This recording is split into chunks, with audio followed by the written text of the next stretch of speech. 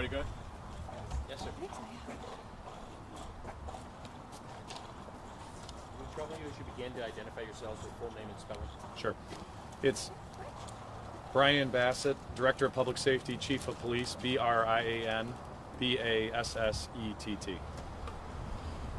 At noon today, we received a call from the 33,000 block of Bayview. A 35-year-old white female had escaped with her 5-year-old daughter. She was suffering from stab wounds at that time. Our police officers and firefighters immediately began rendering aid. Additional officers made entry into the home, where we found a 57-year-old white male deceased. We also found a 10-year-old white male bound and suffering from blunt force trauma. In addition, in the basement, we located our suspect, a 54-year-old white male who was suffering from self-inflicted wounds and an overdose. Again, we have a 35-year-old white female in critical but stable condition, a 10-year-old white male in critical condition, a 5-year-old white female who is stable, and our suspect is stable at this time. Our investigation has determined that this is an isolated tragedy that does not present a danger to our community at this time. The Chesterfield Public Safety Department will not rest until we have received justice for our victims.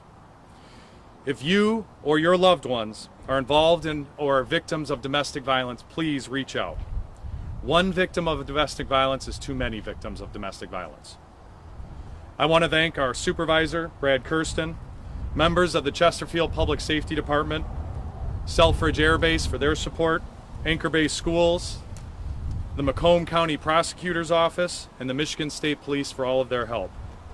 I'd also like to bring up Prosecutor Steve Fox to speak for just a moment. Thank you, Director. This is obviously a very tragic and difficult situation. The Macomb County Prosecutor's Office, led by Prosecutor Peter Lucido, of course, will be involved in reviewing any potential charges. Myself and the Major Crimes Unit will be responsible for that. We have full faith and confidence in the Chesterfield Police Department, and thank you for respecting their time, respecting their investigation, and only, I know they will limit what they're allowed to disclose, as will we. So thank you for that privacy in this matter. With that, I'd be happy to answer any questions that I can answer. Can you identify any of the victims at this point, including the 57-year-old you found deceased? We cannot at this point. What is the relationship between the other victims or survivors? So all of the victims lived in the home. Our deceased as well as the other victims all lived in the home. Was the father or what? The deceased, our information is that the deceased is the father of the children. Is he a boyfriend, sir, or a husband of the 35-year-old female? We're still trying to determine the relationship, but that is an intimate partnership. The 5-year-old, was there any harm to the 5-year-old? There was some injury to the 5-year-old, but I'm not going to release any more information about that. Can you share anything in regard to motive here? Again, there appears to be some relationship. The suspect was frequently at the home. We're still investigating what the relationship is between all the parties. So the suspect was not like a past husband or boyfriend of the female victim? Not that we have determined at this point. You mentioned domestic violence. Have you guys been called out to this condo or home in the past, or is there history of violence? We're not able to release any of that information at this point. I'm sorry. Can you tell us if the suspect that you found suffering from an overdose is a drug dealer? We don't know any information about his history at this point, and we're just still, the investigation's so early on. And the location of all of the victims when they were found.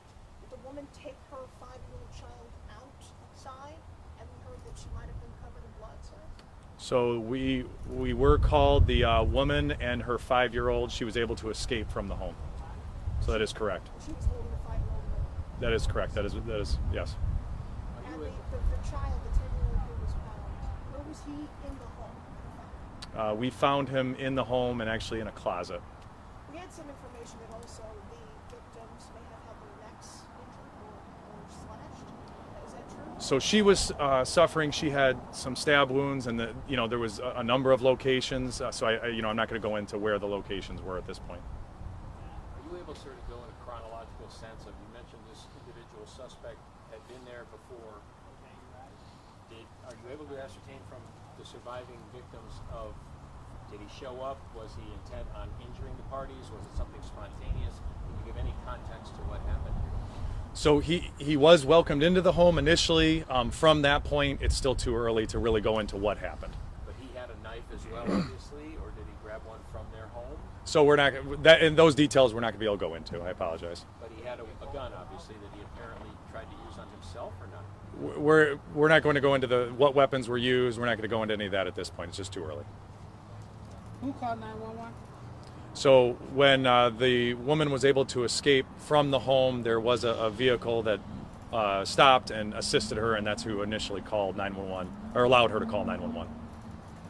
My understanding is the school went into lockdown. Were the students that we just saw leaving, is that a normal time for them to be leaving? Were they held at the school for a while while things cleared? It is, and as we worked with our partners in the anchor-based schools, we were just trying to minimize the children's exposure to the incident. There was never any safety issue for anyone, but we wanted to make sure to work with the parents and the school district to try and minimize any exposure they had, and as well as quickly as possible, make sure that the parents realized that there was no safety issues for the children, and we were just trying to minimize their experiences.